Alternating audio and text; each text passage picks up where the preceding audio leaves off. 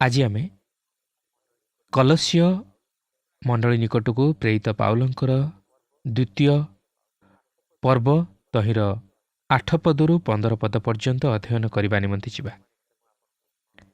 ବର୍ତ୍ତମାନ ଏଠାରେ ମୁଁ ଆପଣଙ୍କୁ ସ୍ମରଣ କରାଇଦିଏ ଯେ ଖ୍ରୀଷ୍ଟ ଦାର୍ଶନିକ ମତବାଦ ପ୍ରତି ପ୍ରତ୍ୟୁତ୍ତର ଏହି ମୁଖ୍ୟ ପ୍ରସଙ୍ଗ ଉପରେ ଭିତ୍ତି କରି ଆମେ ଗତ ପାଠରେ ପାଉଲ ମନୋହର ବାକ୍ୟଗୁଡ଼ିକର ତ୍ରୁଟି ସମ୍ପର୍କରେ କିଛି ଆଲୋଚନା କରିବାର ଲକ୍ଷ୍ୟ କରିଥିଲୁ।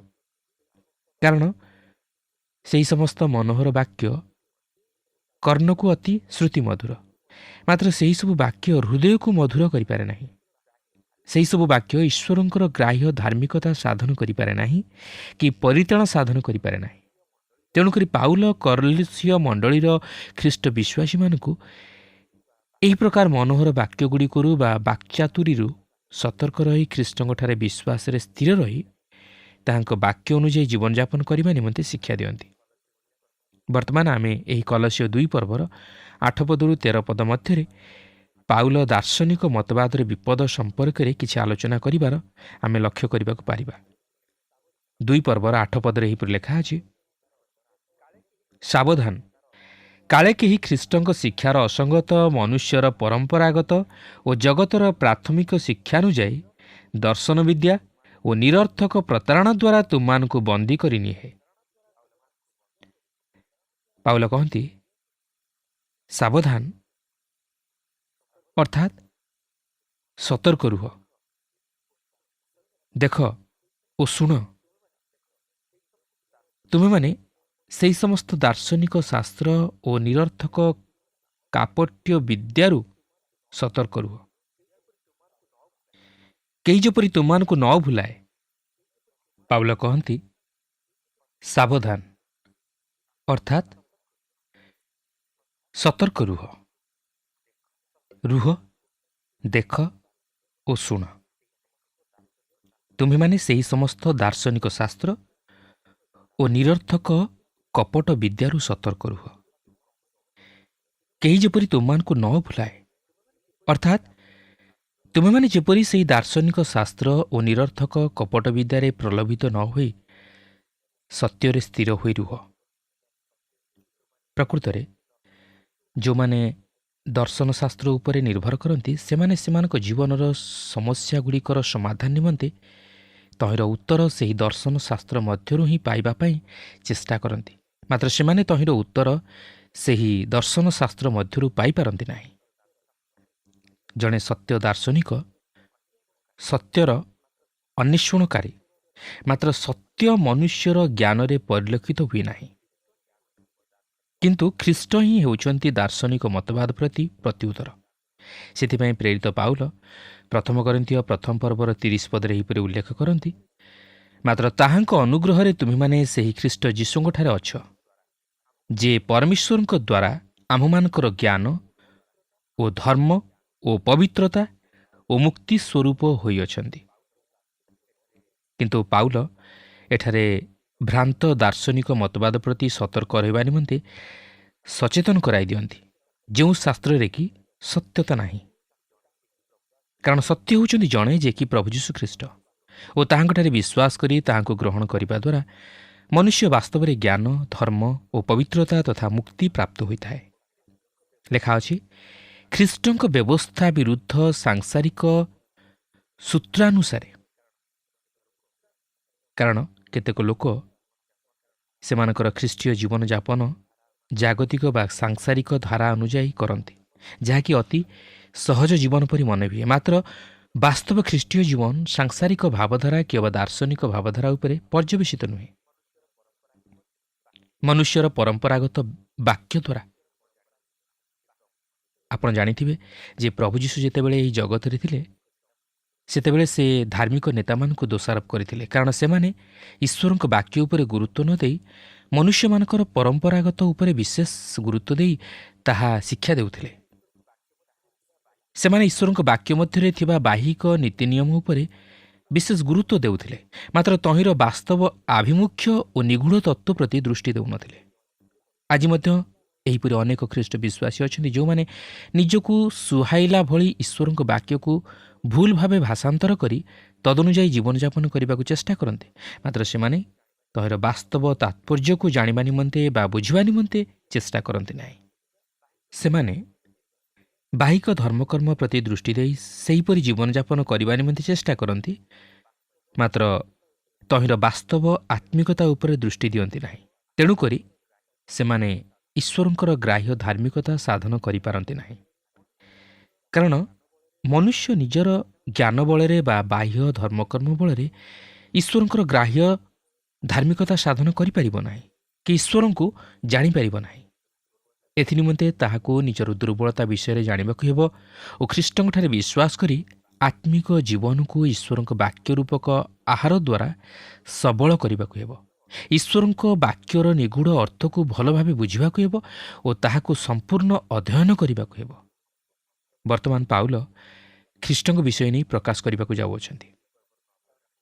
କଲସି 2:9 ଲେଖା ଅଛି, କାରଣ ଖ୍ରୀଷ୍ଟଙ୍କଠାରେ ସମ୍ପୂର୍ଣ୍ଣ ଈଶ୍ୱରତ୍ୱ ଦେହବନ୍ତ ହୋଇ ବାସ କରେ। ଖ୍ରୀଷ୍ଟଙ୍କ ଈଶ୍ୱରତ୍ୱ ନେଇ ଏହା ସିଧାସଳଖ ଏକ ଉକ୍ତି ଏଠାରେ ଅତି ସ୍ପଷ୍ଟ ଜଣାଯାଏ। ଖ୍ରୀଷ୍ଟଙ୍କଠାରେ ସମ୍ପୂର୍ଣ୍ଣ ଈଶ୍ୱରତ୍ୱ ଦେହବନ୍ତ ହୋଇ ବାସ କରେ, ଅର୍ଥାତ୍ ଶତକଡ଼ା 100% ଈଶ୍ୱରତ୍ୱ। 2:10 ଲେଖା ଅଛି, ପୁଣି ସମସ୍ତ ଆଧିପତ୍ୟ ଓ କର୍ତ୍ତାପଣର ମସ୍ତକ ସ୍ୱରୂପ ଯେ ସେ, ତାହାଙ୍କ ସହଭାଗିତାରେ ତୁମ୍ଭେମାନେ ପୂର୍ଣ୍ଣତା ପ୍ରାପ୍ତ ହୋଇଅଛ। ତାହାଙ୍କଠାରେ ତୁମ୍ଭେମାନେ ପୂର୍ଣ୍ଣତା ପ୍ରାପ୍ତ ହୋଇଅଛ, ଅର୍ଥାତ୍ ଖ୍ରୀଷ୍ଟ ବିଶ୍ୱାସୀ ଖ୍ରୀଷ୍ଟଙ୍କଠାରେ ପୂର୍ଣ୍ଣତା ପ୍ରାପ୍ତ ହୋଇଥାଏ। ଏହି ପୂର୍ଣ୍ଣତା ସେ ତାହାର ଜୀବନଯାତ୍ରାରେ ଖ୍ରୀଷ୍ଟଙ୍କଠାରେ ପ୍ରାପ୍ତ ହୋଇଥାଏ। ସେ ତାହାର ଜୀବନଯାତ୍ରାରେ ଯେଉଁ ସମସ୍ତ ବିଷୟ ଆବଶ୍ୟକ କରେ, ସେହି ସମସ୍ତ ବିଷୟ ସେ ଖ୍ରୀଷ୍ଟଙ୍କଠାରେ ପ୍ରାପ୍ତ ହୋଇଥାଏ। ଏହା ହିଁ ହେଉଛି ଯେଉଁଠାରେ ଆମେ କହୁ ଖ୍ରୀଷ୍ଟ ହିଁ ହେଉଛନ୍ତି ଉତ୍ତର। ପ୍ରିୟ ବନ୍ଧୁ, ଆପଣଙ୍କର ପ୍ରଶ୍ନ କ'ଣ? ଆପଣ ଆଜି କ'ଣ ଚାହାନ୍ତି? ଆପଣ କ'ଣ ଆଜି ମନୁଷ୍ୟର ଦାର୍ଶନିକ ଚିନ୍ତାଧାରାରେ ପରିଚାଳିତ? ଆପଣ କ'ଣ ଆଜି ମନୁଷ୍ୟର ବାକ୍ଚାତୁରୀ ଦ୍ୱାରା ପରିଚାଳିତ? ଆପଣ କ'ଣ ଆଜି ମନୁଷ୍ୟର ପରମ୍ପରାଗତ ରୀତିନୀତି ତଥା ପ୍ରଥା ଅନୁଯାୟୀ ପରିଚାଳିତ? ଯଦି ସେପରି ହୋଇଥାଏ, ତାହେଲେ ଆପଣ ଅବାଟରେ ଚାଲିଯାଇଛନ୍ତି। ତେଣୁ ଖ୍ରୀଷ୍ଟଙ୍କ ପ୍ରତି ଫେରନ୍ତୁ ଓ ତାହାଙ୍କଠାରେ ସଂଯୁକ୍ତ ହୁଅନ୍ତୁ। ତାହେଲେ ଆପଣ ବିନାଶର ପଥରୁ ରକ୍ଷା ପାଇପାରିବେ। କାରଣ ସେହି ଖ୍ରୀଷ୍ଟଙ୍କଠାରେ ଆମମାନଙ୍କର ପୂର୍ଣ୍ଣତା ଅଛି। ତାହାଙ୍କଠାରେ ସବୁକିଛି ରହିଅଛି। ସମସ୍ତ ଆଧିପତ୍ୟ ଓ କର୍ତ୍ତାପଣ ମଧ୍ୟ ତାହାଙ୍କଠାରେ ରହିଅଛି। ଓ ଜଣେ ଖ୍ରୀଷ୍ଟ ବିଶ୍ୱାସୀ ଖ୍ରୀଷ୍ଟଙ୍କ ସହଭାଗିତାରେ ପୂର୍ଣ୍ଣତା ପ୍ରାପ୍ତ ହୋଇଥାଏ। ସେ ଖ୍ରୀଷ୍ଟଙ୍କଠାରେ ସବୁକିଛି ପ୍ରାପ୍ତ ହୋଇଥାଏ। 2:11 ଲେଖା ଅଛି, ଆହୁରି ମଧ୍ୟ ତୁମେମାନେ ଶାରୀରିକ ସ୍ୱଭାବ ତ୍ୟାଗ କରି ଖ୍ରୀଷ୍ଟଙ୍କ ସହିତ ସଂଯୁକ୍ତ ହୋଇ ଅହସ୍ତକୃତ ସୁନ୍ନତରେ ଅର୍ଥାତ୍ ଖ୍ରୀଷ୍ଟୀୟ ସୁନ୍ନତରେ ସୁନ୍ନତ ପ୍ରାପ୍ତ ହୋଇଅଛ। ପାଉଲ ସେମାନଙ୍କୁ ସମସ୍ତ ପ୍ରକାର ବାହିକ କ୍ରିୟାକର୍ମରୁ ଦୂରେଇ ରହିବାକୁ କହନ୍ତି। କାରଣ ପ୍ରକୃତ ସୁନ୍ନତ ପ୍ରାପ୍ତି ହେଉଛି ନୂତନ ଜନ୍ମ, ଅର୍ଥାତ୍ ଆତ୍ମିକ ଜୀବନରେ ସୁନ୍ନତ ପ୍ରାପ୍ତ ହୋଇ ବା ନୂତନୀକୃତ ହୋଇ ଏକ ନୂତନ ସ୍ୱଭାବ ଧାରଣ କରିବା। ସେ ଏହି ବିଷୟ ନେଇ ଗାଲାତୀୟ ମଣ୍ଡଳୀର ଖ୍ରୀଷ୍ଟ ବିଶ୍ୱାସୀମାନଙ୍କୁ ଏହିପରି ଲେଖନ୍ତି, କାରଣ ସୁନ୍ନତ କିମ୍ବା ଅସୁନ୍ନତ କିଛି ନୁହେଁ, କିନ୍ତୁ ନୂତନ ସୃଷ୍ଟି ହିଁ ସାର। ଆପଣ ଓ ମୁଁ ଆମେ ଯେତେବେଳେ ଖ୍ରୀଷ୍ଟଙ୍କ ନିକଟକୁ ଆସୁ ଓ ତାହାଙ୍କୁ ନିଜର ଉଦ୍ଧାରକର୍ତ୍ତା ରୂପେ ବିଶ୍ୱାସ କରୁ, ସେତେବେଳେ ଆମେ ନୂତନ ସୃଷ୍ଟିରେ ପରିଣତ ହେଉ। ଆମମାନେ ତାହାଙ୍କଠାରେ ବିଶ୍ରାମ ପ୍ରାପ୍ତ ହେଉ ଓ ତାହାଙ୍କ ସହିତ ପରିଚିତ ହେଉ। ସେଥିପାଇଁ 2 କରିନ୍ଥୀୟ 5:17 ଲେଖା ଅଛି, ଏଣୁ ଯଦି କେହି ଖ୍ରୀଷ୍ଟଙ୍କଠାରେ ଅଛି, ତେବେ ସେ ନୂତନ ସୃଷ୍ଟି ହୋଇଅଛି, ପୁରାତନ ବିଷୟ ସବୁ ଲୋପ ପାଇଅଛି, ଦେଖ ନୂତନ ବିଷୟ ସବୁ ହୋଇଅଛି। ଅର୍ଥାତ୍ ଆମେମାନେ ଶାରୀରିକ ସୁନ୍ନତରେ ସୁନ୍ନତ ପ୍ରାପ୍ତ ନ ହେଲେ ମଧ୍ୟ ଆତ୍ମିକ ଭାବରେ ସୁନ୍ନତ ପ୍ରାପ୍ତ। ଆମେମାନେ ଖ୍ରୀଷ୍ଟଙ୍କ ସହିତ ସଂଯୁକ୍ତ ହେବା ଦ୍ୱାରା ଅହସ୍ତକୃତ ସୁନ୍ନତରେ ଅର୍ଥାତ୍ ଖ୍ରୀଷ୍ଟୀୟ ସୁନ୍ନତରେ ସୁନ୍ନତ ପ୍ରାପ୍ତ ହୋଇଅଛୁ ବା ଖ୍ରୀଷ୍ଟଙ୍କଠାରେ ସୁନ୍ନତ ପ୍ରାପ୍ତ ହୋଇଅଛୁ। 2:12 ଲେଖା ଅଛି, ତୁମେମାନେ ବାପ୍ତିସ୍ମରେ ତାହାଙ୍କ ସହିତ ସମାଧି ପ୍ରାପ୍ତ ହୋଇ ଯେଉଁ ଈଶ୍ୱର ତାହାଙ୍କୁ ମୃତମାନଙ୍କ ମଧ୍ୟରୁ ଉଠାଇଲେ, ତାହାଙ୍କ କାର୍ଯ୍ୟସାଧକ ଶକ୍ତିରେ ବିଶ୍ୱାସ କରି ଖ୍ରୀଷ୍ଟଙ୍କ ସହିତ ମଧ୍ୟ ଉତ୍ଥାପିତ ହୋଇଅଛ। ପ୍ରଭୁ ଯୀଶୁଖ୍ରୀଷ୍ଟଙ୍କର ମୃତ୍ୟୁ ଓ ପୁନରୁତ୍ଥାନ ଏକ ଐତିହାସିକ ଘଟଣା, ଯେତେବେଳେ ପ୍ରଭୁ ଯୀଶୁଖ୍ରୀଷ୍ଟ ମୃତ୍ୟୁବରଣ କଲେ, ସେତେବେଳେ ଆପଣ ଓ ମୁଁ ମଧ୍ୟ ତାହାଙ୍କ ସହିତ ମୃତ୍ୟୁବରଣ କଲୁ। କାରଣ ସେ ଆମମାନଙ୍କର ସ୍ଥାନ ଗ୍ରହଣ କଲେ ଓ ସେ ଯେତେବେଳେ ମୃତ୍ୟୁରୁ ପୁନରୁତ୍ଥିତ ହେଲେ, ଆମ୍ଭେମାନେ ମଧ୍ୟ ତାହାଙ୍କ ସହିତ ପୁନରୁତ୍ଥିତ ହେଲୁ। କାରଣ ସେ ମୃତ୍ୟୁରୁ ପୁନରୁତ୍ଥିତ ହେବା ଦ୍ୱାରା ଆମମାନଙ୍କ ନିମନ୍ତେ ଧାର୍ମିକତା ସାଧନ କଲେ ଓ ବର୍ତ୍ତମାନ ଆମ୍ଭେମାନେ ଖ୍ରୀଷ୍ଟ ବିଶ୍ୱାସୀ ହିସାବରେ ଜୀବନ୍ତ ଖ୍ରୀଷ୍ଟଙ୍କ ସହିତ ସଂଯୁକ୍ତ ହୋଇଅଛୁ। ତେଣୁ ଆମ୍ଭେମାନେ ଯେ ଖ୍ରୀଷ୍ଟଙ୍କଠାରେ ବିଶ୍ୱାସ କରିବା ଦ୍ୱାରା ତାହାଙ୍କ ସହିତ ସଂଯୁକ୍ତ ହୋଇଅଛୁ, ଅର୍ଥାତ୍ ଜଣେ ଜୀବନ୍ତ ଉଦ୍ଧାରକର୍ତ୍ତାଙ୍କ ସହ ସଂଯୁକ୍ତ ହୋଇଅଛୁ, ଏହାକୁ ଲକ୍ଷ୍ୟ କରିବା ଏକ ଗୁରୁତ୍ୱପୂର୍ଣ୍ଣ ବିଷୟ। କୌଣସି ବାହିକ ପୂଜା ପ୍ରଭୃତି ବା ଧର୍ମାନୁଷ୍ଠାନ ଯେ ଆମମାନଙ୍କୁ ଖ୍ରୀଷ୍ଟଙ୍କ ନିକଟକୁ ଆଣିପାରିବ ନାହିଁ, ଏହାକୁ ଜାଣି ରଖିବା ଅତି ଗୁରୁତ୍ୱପୂର୍ଣ୍ଣ ବିଷୟ। ମାତ୍ର ବାସ୍ତବ ବିଷୟଟି ହେଉଛି ଆମ୍ଭେମାନେ ପୁନର୍ଜନ୍ମ ପ୍ରାପ୍ତ ହୋଇଛୁ କି ନାହିଁ ଓ ଖ୍ରୀଷ୍ଟଙ୍କୁ ଉଦ୍ଧାରକର୍ତ୍ତା ରୂପେ ଜାଣିଛୁ କି ନାହିଁ ବା ଗ୍ରହଣ କରିଛୁ କି ନାହିଁ।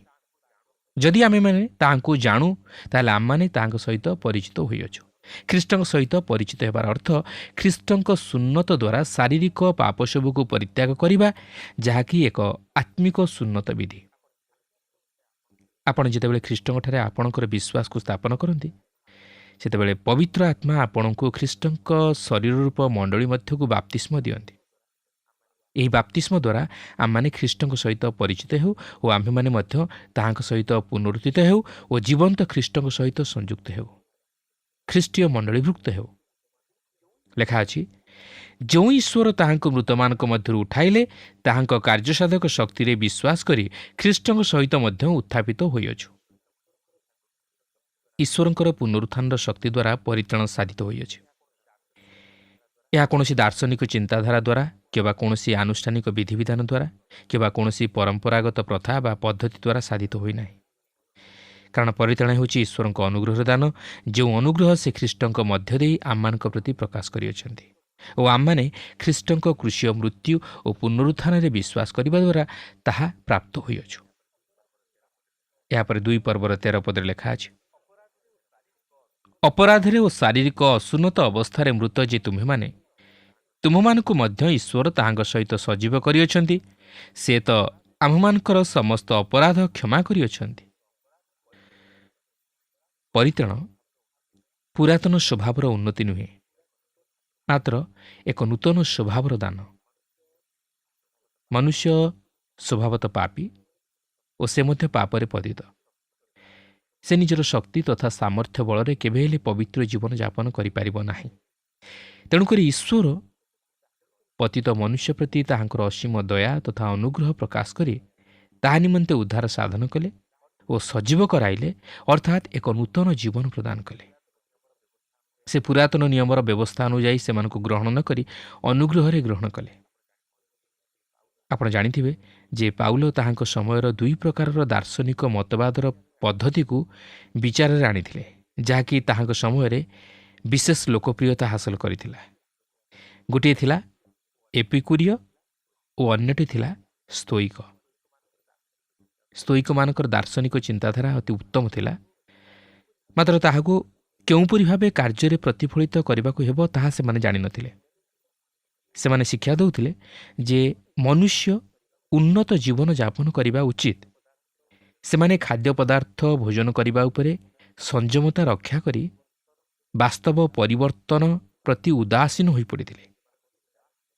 ସେମାନଙ୍କ ଚିନ୍ତାଧାରାରେ ମନୁଷ୍ୟ ପାରିପାର୍ଶ୍ୱିକ ପରିସ୍ଥିତିଠାରୁ ଅଧିକ କିଛି ଓ ମନୁଷ୍ୟର ଆତ୍ମା ସମଗ୍ର ବିଶ୍ୱଠାରୁ ମହାନ। ମାତ୍ର ସମସ୍ୟାଟି ହେଉଛି ଯେ ମନୁଷ୍ୟ କିପରି ଉତ୍ତମ ଜୀବନଯାପନ କରିପାରିବ ତାହା ସେମାନେ ଜାଣିନଥିଲେ। ସେମାନେ ଭାବୁଥିଲେ ଯେ ସେମାନେ ଅତି ଉନ୍ନତତର ଜୀବନଯାପନ କରିବା ନିମନ୍ତେ ସମର୍ଥ, ମାତ୍ର ସେମାନେ ପ୍ରକୃତରେ ସମର୍ଥ ନଥିଲେ। ସେହିପରି ଏପିକୁରୀୟମାନେ ଶିକ୍ଷା ଦେଉଥିଲେ ଯେ ସମସ୍ତ କିଛି ଅନିଶ୍ଚିତ। ମନୁଷ୍ୟ କେଉଁଠାରୁ ଆସିଅଛି ତାହା ମନୁଷ୍ୟ ଜାଣେ ନା, କି ମନୁଷ୍ୟ କେଉଁଠାକୁ ଯାଏ ତାହା ମଧ୍ୟ ମନୁଷ୍ୟ ଜାଣେ ନା। ଏହି ଜଗତକୁ ସେ କିଛି ସମୟ ନିମନ୍ତେ ଆସିଅଛି ଓ ଏହାପରେ ସେ କେଉଁଆଡ଼େ ଉଭେଇଯିବ। ତେଣୁକରି ଭବିଷ୍ୟତର ଦୁଃସମୟକୁ ଦୃଷ୍ଟି ଆଗରେ ରଖି ବର୍ତ୍ତମାନର ସୁଖ ଆନନ୍ଦକୁ ବା ସୁଖ ଆନନ୍ଦର ବିଷୟକୁ ଅଗ୍ରାହ୍ୟ କରିବା ହେଉଛି ମୂଲ୍ୟହୀନ। ତେଣୁ ଆସୁ ଭୋଜନ ପାନରେ ମତ୍ତ ହେଉ, ଯେହେତୁ ଆସନ୍ତାକାଲି ଆମମାନେ ମରିବା। ଏହା ଥିଲା ସେମାନଙ୍କର ଚିନ୍ତାଧାରା। କିନ୍ତୁ ଏକ କୌତୁହଳର ବିଷୟ ଲକ୍ଷ୍ୟ କରିବେ ଯେ ଏହି ଉଭୟ ପଦ୍ଧତି ମନୁଷ୍ୟର ପୁରାତନ ସ୍ୱଭାବକୁ ବିଚାରରେ ଆଣେ, ଯାହାକି ଆପଣଙ୍କର ଓ ମୋର ରହିଅଛି। ମାତ୍ର ଏହି ଉଭୟ ପଦ୍ଧତି ସେହି ପୁରାତନ ସ୍ୱଭାବରେ ପରିବର୍ତ୍ତନ ଆଣିବାରେ କୌଣସି ପ୍ରକାର ସହାୟକ ହୋଇପାରେ ନାହିଁ। ଏହି ପୁରାତନ ସ୍ୱଭାବକୁ ଆୟତ୍ତାଧୀନ କରିବା ମନୁଷ୍ୟ ପକ୍ଷେ ସମ୍ଭବପର ନୁହେଁ। ଆଜି ଅନେକ ଏକ ଉତ୍ତମ ଜୀବନ ଯାପନ କରିବା ପାଇଁ ଚେଷ୍ଟା କରନ୍ତି ଓ ବିଭିନ୍ନ ପ୍ରକାର ଉପାୟ ଅବଲମ୍ବନ କରନ୍ତି, ମାତ୍ର ସମସ୍ତ ହିଁ ବ୍ୟର୍ଥ ହୁଏ। କାରଣ ମନୁଷ୍ୟ ସ୍ୱଭାବତଃ ପାପୀ। ତେଣୁ ତାହାର ସ୍ୱଭାବରେ ଯେପର୍ଯ୍ୟନ୍ତ ପରିବର୍ତ୍ତନ ଘଟିନାହିଁ, ଅର୍ଥାତ୍ ସେ ଏକ ନୂତନ ସ୍ୱଭାବ ଧାରଣ କରିନାହିଁ, ସେ ପର୍ଯ୍ୟନ୍ତ ସେ କେବେ ହେଲେ ଏକ ଉତ୍ତମ ଜୀବନ ଯାପନ କରିବା ନିମନ୍ତେ ସମର୍ଥ ହୋଇପାରିବ ନାହିଁ। ଆଉ ଏଥି ନିମନ୍ତେ ତାହାକୁ ଖ୍ରୀଷ୍ଟଙ୍କର ନିକଟକୁ ଆସିବାକୁ ହେବ ଓ ତାହାଙ୍କ ସହିତ ସଂଯୁକ୍ତ ହେବାକୁ ହେବ ଓ ତାହାଙ୍କଠାରେ ବିଶ୍ୱାସ କରି ତାହାଙ୍କୁ ନିଜର ବ୍ୟକ୍ତିଗତ ଉଦ୍ଧାରକର୍ତ୍ତା ରୂପେ ଗ୍ରହଣ କରିବାକୁ ହେବ। କାରଣ ସେହି ଖ୍ରୀଷ୍ଟ ହିଁ ତାହାକୁ ତାହାର ପୁରାତନ ସ୍ୱଭାବ ଉପରେ ଏକ ବିଜୟୀ ଜୀବନ ଯାପନ କରିବା ନିମନ୍ତେ ଶକ୍ତି ଦେବେ ଓ ତାହାକୁ ଏକ ନୂତନ ହୃଦୟ ପ୍ରଦାନ କରିବେ। ତାହା ହିଁ ପାଉଲ ଏଠାରେ ପ୍ରକାଶ କରନ୍ତି। ମନୁଷ୍ୟ ନିଜ ଶକ୍ତିରେ ନୁହେଁ, ମାତ୍ର ଈଶ୍ୱରଙ୍କ ଶକ୍ତିରେ ନିଜର ପୁରାତନ ସ୍ୱଭାବ ଉପରେ ଜୟଯୁକ୍ତ ଜୀବନଯାପନ କରିପାରିବ। ତୃତୀୟରେ, ପାଉଲ ଯେତେବେଳେ ଆଇନ ସଙ୍ଗତତାର ତ୍ରୁଟିକୁ ଫେରିଆସନ୍ତି, ଆମେମାନେ ପୁନର୍ବାର ଲକ୍ଷ୍ୟ କରିବାକୁ ପାରିବା ଯେ ଉତ୍ତରଟି ହେଉଛି ଈଶ୍ୱରଙ୍କ ବାକ୍ୟ ମଧ୍ୟକୁ ଆସିବା ଓ ଏହି ବାକ୍ୟ ମଧ୍ୟ ଦେଇ ଖ୍ରୀଷ୍ଟଙ୍କ ସହିତ ଏକ ବ୍ୟକ୍ତିଗତ ସହଭାଗିତା ମଧ୍ୟକୁ ଆସିବା। ଦେଖନ୍ତୁ 2 ପର୍ବର 14 ପଦରେ ଲେଖା ଅଛି, ପୁଣି ବିଧିବିଧାନରେ ଆମ୍ଭମାନଙ୍କ ବିରୁଦ୍ଧରେ ଯେଉଁ ଅଭିଯୋଗପତ୍ର ଥିଲା ତାହା ସେ ଲୋପ କରି କ୍ରୁଶରେ ଟଙ୍ଗାଇ ଦେଇ ଆମ୍ଭମାନଙ୍କ ପଥରୁ ଦୂର କରିଦେଇଅଛନ୍ତି। ଆମମାନଙ୍କର ଏହି ପୁରାତନ ସ୍ୱଭାବ ଆମ୍ଭମାନଙ୍କୁ ଦୋଷୀକୃତ କରେ। ଯେତେବେଳେ ପ୍ରଭୁ ଯୀଶୁଖ୍ରୀଷ୍ଟ ମୃତ୍ୟୁ ବରଣ କଲେ, ସେ ଆପଣଙ୍କ ନିମନ୍ତେ ଓ ମୋ ନିମନ୍ତେ ମୃତ୍ୟୁବରଣ କଲେ। ସେ ଆମମାନଙ୍କ ପାପ ନିମନ୍ତେ ପ୍ରାୟଶ୍ଚିତ ବଳି ସ୍ୱରୂପ ହୋଇ ତହିଁର ଋଣ ପରିଶୋଧ କଲେ। ପିଲାତ ଯେତେବେଳେ ଏକ ଅଭିଯୋଗ ପତ୍ର ଲେଖି କ୍ରୁଶ ଉପରେ ଲଗାଇଦେଲେ, ଯେଉଁଥିରେ ଲେଖା ଥିଲା ନାଜରିତୀୟ ଯୀଶୁ ଯିହୁଦୀମାନଙ୍କ ରାଜା, ସେତେବେଳେ ସେଠାରେ ଛିଡ଼ା ହୋଇଥିବା ଲୋକମାନେ ତାହା ଦେଖି ତାହାଙ୍କୁ ଅପରାଧୀମାନଙ୍କ ସହିତ ଗଣିତ କଲେ ଓ ସେ ନିଜକୁ ରାଜା ବୋଲି ପରିଚିତ କରାଇ କାଇସରଙ୍କର ବିରୁଦ୍ଧରେ ଛିଡ଼ା ହୋଇଥିବାର ବିଷୟକୁ ଚିନ୍ତା କଲେ ଓ ତାହାଙ୍କୁ ରାଜଦ୍ରୋହୀ ସହିତ ସମାନ କରିଦେଲେ। କିନ୍ତୁ ବାସ୍ତବରେ ତାହା ସତ୍ୟ ଅଭିଯୋଗ ନଥିଲା। ଏହି କାରଣରୁ ସେ ଯେ କ୍ରୁଶୀୟ ମୃତ୍ୟୁଭୋଗ କରିଅଛନ୍ତି ତାହା ସେମାନେ ଭାବିଲେ। ମାତ୍ର ଈଶ୍ୱର ଯେତେବେଳେ ସେହି କ୍ରୁଶ ପ୍ରତି ଦୃଷ୍ଟିପାତ କଲେ, ସେ ଏକ ବେଦୀକୁ ଲକ୍ଷ୍ୟ କରିବାକୁ ପାରିଲେ, ଯେଉଁ ବେଦୀ ଉପରେ କି ଈଶ୍ୱରଙ୍କ ମେଷ ଶାବକ, ଯେ କି ଜଗତର ପାପଭାର ବହି ନେଇଯାଆନ୍ତି, ସେ ତହିଁ ଉପରେ ବଳୀକୃତ ହୋଇଅଛନ୍ତି। ମନୁଷ୍ୟ ଯେଉଁ ଅଭିଯୋଗ ପତ୍ର ଖ୍ରୀଷ୍ଟଙ୍କ କ୍ରୁଶ ଉପରେ ଟଙ୍ଗାଇ ଦେଇଥିଲା, ତହିଁର ଉର୍ଦ୍ଧ୍ୱରେ ସେ ଆଉ ଏକ ଅଭିଯୋଗ ପତ୍ର ଟଙ୍ଗା ଯାଇଥିବାର ଲକ୍ଷ୍ୟ କରିବାକୁ ପାରିଥିଲେ। ଯେଉଁ ଅଭିଯୋଗ ପତ୍ର କି ଆମମାନଙ୍କ ବିରୁଦ୍ଧରେ ଥିଲା, ତାହା ସେ ଲୋପ କରି କ୍ରୁଶରେ ଟଙ୍ଗାଇ ଦେଇ ଆମମାନଙ୍କ ପଥରୁ ଦୂର କରିଦେଇଅଛନ୍ତି। ବର୍ତ୍ତମାନ ପ୍ରଶ୍ନ ଆସେ, ଈଶ୍ୱର ସେହି କ୍ରୁଶ ଉପରେ କ'ଣ ଲେଖିଲେ? ସେ ଆଜ୍ଞାଗୁଡ଼ିକ ଲେଖିଥିଲେ। ସେ 10 ଆଜ୍ଞା ଲେଖିଥିଲେ। ସେ ଏକ ବ୍ୟବସ୍ଥା ଲେଖିଥିଲେ ଯାହାକୁ ମୁଁ ପାଳନ କରିପାରିବି ନାହିଁ। ସେ ଆଜ୍ଞାଗୁଡ଼ିକ ଲେଖିଥିଲେ ଯେଉଁ ଆଜ୍ଞାଗୁଡ଼ିକ ଲଙ୍ଘନ କରିବା ଦ୍ୱାରା ମୁଁ ଦୋଷୀ ବୋଲି ବିବେଚିତ। ମାତ୍ର ପ୍ରଭୁ ଯୀଶୁଖ୍ରୀଷ୍ଟ ଯେତେବେଳେ ସେହି କ୍ରୁଶରେ ମୃତ୍ୟୁବରଣ କଲେ, ସେ ସେହିସବୁ ଆଜ୍ଞାକୁ ଲଙ୍ଘନ କରିବା ହେତୁ ମୃତ୍ୟୁଭୋଗ କରିନଥିଲେ, କାରଣ ସେ ନିଷ୍ପାପ ଓ ନିଷ୍କଳଙ୍କ ପୁରୁଷ ଥିଲେ। ମାତ୍ର ସେ ତହିଁ ନିମନ୍ତେ ମୃତ୍ୟୁବରଣ କଲେ, ଯେହେତୁ ମୁଁ ତାହା ପାଳନ କରିପାରିଲି ନାହିଁ ଓ ତାହା ସବୁ ଲଙ୍ଘନ କଲି। କାରଣ ଆପଣ ଓ ମୁଁ ଆମେ ପାପୀ ମନୁଷ୍ୟ। ସେଥିପାଇଁ ରୋମିଓ 3 ପର୍ବର 23 ପଦରେ ଲେଖା ଅଛି, ସମସ୍ତେ ତ ପାପ କରିଅଛନ୍ତି, ପୁଣି ଈଶ୍ୱରଙ୍କ ଗୌରବ ରହିତ ହୋଇଅଛନ୍ତି। ତେଣୁକରି ପ୍ରିୟ ବନ୍ଧୁ, ଯଦି ଈଶ୍ୱର ଆପଣଙ୍କୁ ଉଦ୍ଧାର କରିଅଛନ୍ତି ଓ ଆତ୍ମିକ ମୃତ୍ୟୁରୁ ଆପଣଙ୍କୁ ଉତ୍ଥାପନ କରି ଜୀବନ୍ତ ଖ୍ରୀଷ୍ଟଙ୍କ ସହିତ ସଂଯୁକ୍ତ କରାଇଅଛନ୍ତି, ତାହେଲେ ଆପଣ କାହିଁକି ସେହି ବ୍ୟବସ୍ଥା ମଧ୍ୟକୁ ଫେରିଯିବାକୁ ଚାହୁଁଛନ୍ତି, ଯାହାକୁ କି ଆପଣ ପାଳନ କରିବା ନିମନ୍ତେ ସମର୍ଥ ନଥିଲେ? ଆପଣ କେବେ ହେଲେ ସେହି ବ୍ୟବସ୍ଥାକୁ ନିଜ ଶକ୍ତିରେ ବା ବଳରେ ପାଳନ କରିବା ନିମନ୍ତେ ସମର୍ଥ ହୋଇପାରିବେ ନାହିଁ। ଆପଣ ଦେଖନ୍ତୁ, ଆମର ପୁରାତନ ସ୍ୱଭାବକୁ ଶୃଙ୍ଖଳିତ କରିବା ନିମନ୍ତେ ବ୍ୟବସ୍ଥା ପ୍ରଦତ୍ତ ହୋଇଥିଲା। ମାତ୍ର ବର୍ତ୍ତମାନ ଖ୍ରୀଷ୍ଟ ବିଶ୍ୱାସୀକୁ ଏକ ନୂତନ ସ୍ୱଭାବ ଦିଆଯାଇଅଛି ଓ ବ୍ୟବସ୍ଥାର ଅଧୀନରୁ ତାହାକୁ ମୁକ୍ତ କରାଯାଇଅଛି। ମାତ୍ର ସେ ବର୍ତ୍ତମାନ ଜଣେ ଖ୍ରୀଷ୍ଟ ବିଶ୍ୱାସୀ ହିସାବରେ ଖ୍ରୀଷ୍ଟଙ୍କର ଅଧୀନ ଓ ତାହାକୁ ଖ୍ରୀଷ୍ଟଙ୍କ ଆଦେଶ ଅନୁଯାୟୀ ଜୀବନଯାପନ କରିବାକୁ ଅଛି। ଓ ଏହିପରି ଖ୍ରୀଷ୍ଟ କୈନ୍ଦ୍ରିକ ଜୀବନଯାପନ କରିବା ନିମନ୍ତେ ଖ୍ରୀଷ୍ଟ ହିଁ ତାହାକୁ ଶକ୍ତି ଯୋଗାନ୍ତି। ଯେହେତୁ ଖ୍ରୀଷ୍ଟ ବ୍ୟବସ୍ଥା ଅନୁଯାୟୀ ସମସ୍ତ ଧର୍ମକର୍ମ ସାଧନ କରି ବ୍ୟବସ୍ଥାର ଅଧୀନରୁ ଆମମାନଙ୍କୁ ମୁକ୍ତ କରିଅଛନ୍ତି ଓ ଆମମାନଙ୍କୁ ଏକ ନୂତନ ଜୀବନ ପ୍ରଦାନ କରିଅଛନ୍ତି ଓ ଏକ ସ୍ୱାଧୀନତା ଦେଇଅଛନ୍ତି, ଯେପରି ଆମ୍ଭେମାନେ ବ୍ୟବସ୍ଥା ପାଳନ ହେତୁ ନୁହେଁ, ମାତ୍ର ଖ୍ରୀଷ୍ଟଙ୍କଠାରେ ବିଶ୍ୱାସ କରି ତାହାଙ୍କୁ ଉଦ୍ଧାରକର୍ତ୍ତା ରୂପେ ଗ୍ରହଣ କରିବା ହେତୁ ଧାର୍ମିକ ବୋଲି ଗଣିତ ହେଉ ଓ ତାହାଙ୍କ ଆଦେଶ ଅନୁଯାୟୀ ଜୀବନଯାପନ କରି ତାହାଙ୍କର ଗୌରବ ଓ ମହିମା ରକ୍ଷା କରୁ। ଏହାପରେ 2 ପର୍ବର 15 ପଦରେ ଲେଖା ଅଛି, ସମସ୍ତ ଆଧିପତ୍ୟ ଓ କର୍ତ୍ତାପଣର ଅସ୍ତ୍ରଶସ୍ତ୍ର ଛଡ଼ାଇ ପ୍ରକାଶରେ ସେମାନଙ୍କର ପ୍ରଦର୍ଶନ ପୂର୍ବକ କ୍ରୁଶରେ ବିଜୟ ଯାତ୍ରା କରିଅଛନ୍ତି। ବାସ୍ତବରେ ଖ୍ରୀଷ୍ଟ ବିଶ୍ୱାସୀ ନିମନ୍ତେ ପ୍ରଭୁ ଯୀଶୁଖ୍ରୀଷ୍ଟ ଯେଉଁ ଆତ୍ମିକ ବିଜୟ ହାସଲ କରିଅଛନ୍ତି, ତାହା ଅବର୍ଣ୍ଣନୀୟ ଓ ଅତୁଳନୀୟ। ପ୍ରିୟ ବନ୍ଧୁ, ବ୍ୟବସ୍ଥା ଯାହା ସାଧନ କରିପାରିଲା ନାହିଁ, ତାହା ଖ୍ରୀଷ୍ଟ ସାଧନ କଲେ ଓ ସେ ଆମମାନଙ୍କ ବିରୁଦ୍ଧରେ ଥିବା ଅଭିଯୋଗ ପତ୍ରକୁ ସେହି କ୍ରୁଶରେ ଖଣ୍ଡନ କରି ଆମମାନଙ୍କୁ ବ୍ୟବସ୍ଥାର ଦଣ୍ଡରୁ ମୁକ୍ତ କଲେ, ଯେପରି ଆମମାନେ ସେହି ଖ୍ରୀଷ୍ଟଙ୍କଠାରେ ବିଶ୍ୱାସ କରି ଉଦ୍ଧାର ପ୍ରାପ୍ତ ହେଉ ଓ ବ୍ୟବସ୍ଥାର ଅଧୀନରୁ ମୁକ୍ତ ହୋଇ ଖ୍ରୀଷ୍ଟଙ୍କର ଅଧୀନ ହେଉ ଓ ଈଶ୍ୱରଙ୍କ ନିକଟରେ ଧାର୍ମିକ ବୋଲି ବିବେଚିତ ହେଉ।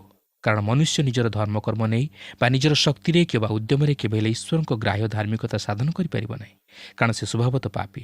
ତେଣୁ ତାହା ନିମନ୍ତେ ଜଣେ ଉଦ୍ଧାରକର୍ତ୍ତାଙ୍କର ଆବଶ୍ୟକତା ଅଛି, ଆଉ ସେ ହେଉଛନ୍ତି ପ୍ରଭୁ ଯୀଶୁଖ୍ରୀଷ୍ଟ, ଯିଏକି ତାହା ନିମନ୍ତେ ଧାର୍ମିକତା ସାଧନ କରିଅଛନ୍ତି। ତେଣୁ ଆସୁ ସେହି ଖ୍ରୀଷ୍ଟଙ୍କଠାରେ ବିଶ୍ୱାସ ସ୍ଥାପନ କରି ଓ ତାହାଙ୍କୁ ନିଜର ବ୍ୟକ୍ତିଗତ ଉଦ୍ଧାରକର୍ତ୍ତା ରୂପେ ଗ୍ରହଣ କରି ପାପରୁ ଉଦ୍ଧାର ପାଇବା ସଙ୍ଗେ ସଙ୍ଗେ ଏକ ନୂତନ ସ୍ୱଭାବ ଓ ଜୀବନ ଲାଭ କରି ତାହାଙ୍କ ଆଦେଶ ଅନୁଯାୟୀ ଜୀବନଯାପନ କରି ତାହାଙ୍କ ନିମନ୍ତେ ଏକ ବିଜୟୀ ଜୀବନଯାପନ କରୁ। ପ୍ରଭୁ ପ୍ରତ୍ୟେକଙ୍କୁ ଆଶୀର୍ବାଦ କରନ୍ତୁ।